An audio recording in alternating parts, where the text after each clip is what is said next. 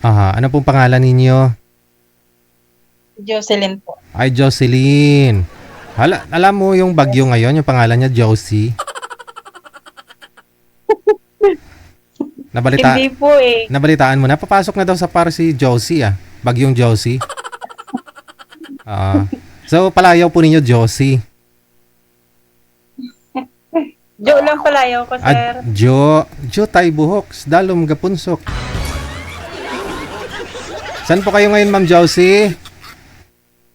Nasa Oman po. Nasa Oman. Okay. Ano oras na po dyan ng Yes. hapon? Kahiya makipag-usap sa iyo, sir. Huwag kang mahiya. Ay, sanay na ho ako kahit marami na akong nakakausap eh.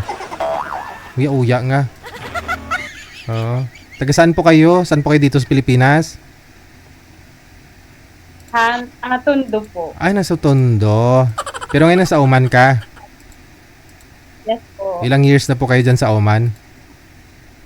6 po. 6 years? Aha. Wala po kayong asawa dito sa Tondo? Nawawala lang po niya. Namatay na? Ba't to namatay?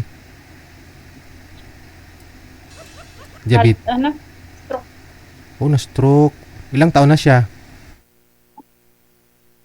56. 56. Tapos ikaw ilang taon ngayon? 45. 11 years din yung age gap ninyo, no? Kailan ho siya namatay? Itong nakaraang December 23 lang. Oh, so umuwi ka po dito sa Pilipinas? Na po ako naka-uwi, sir. Hindi ka nakauwi? Bakit? Pa? Wala po. Ba't ikaw umuwi? Ilan po anak ninyo? 6 po. 6? Kunti lang pala. Ilang taon pong panganay? 28. Oh, laki na. Matanda. May edad na rin, no? Yung bunso? 12.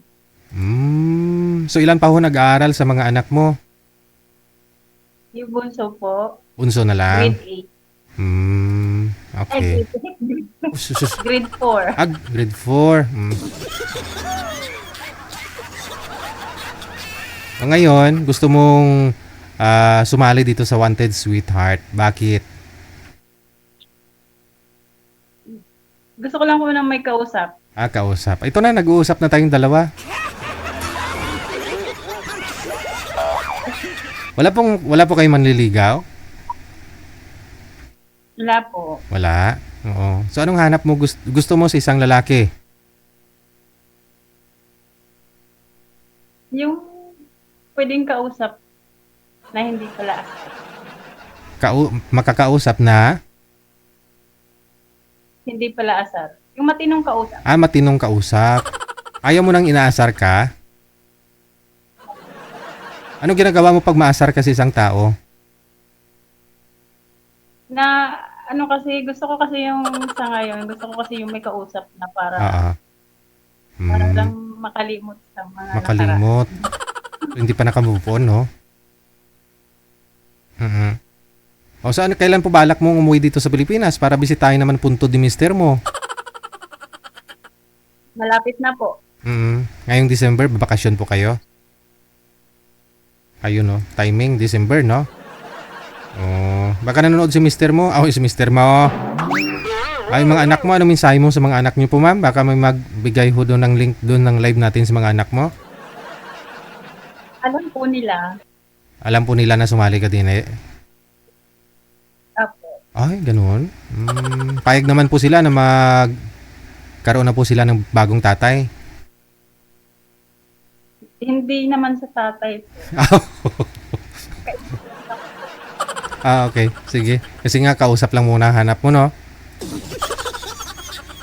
Okay. Edad 45 years old mula sa May Oman, ha? Si Madam Josie. Si Jo, no? Okay, sige. Kung meron po mamaya mag-mine sa'yo o mag-PM po dito sa amin, no? Imamatch namin kayo, ha? Babalik po ako.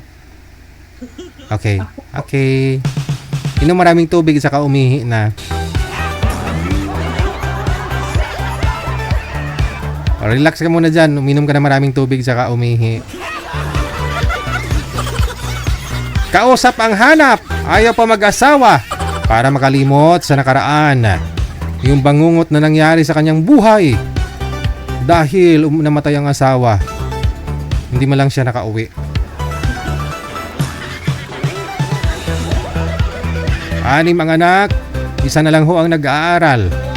Edad 45 anyos.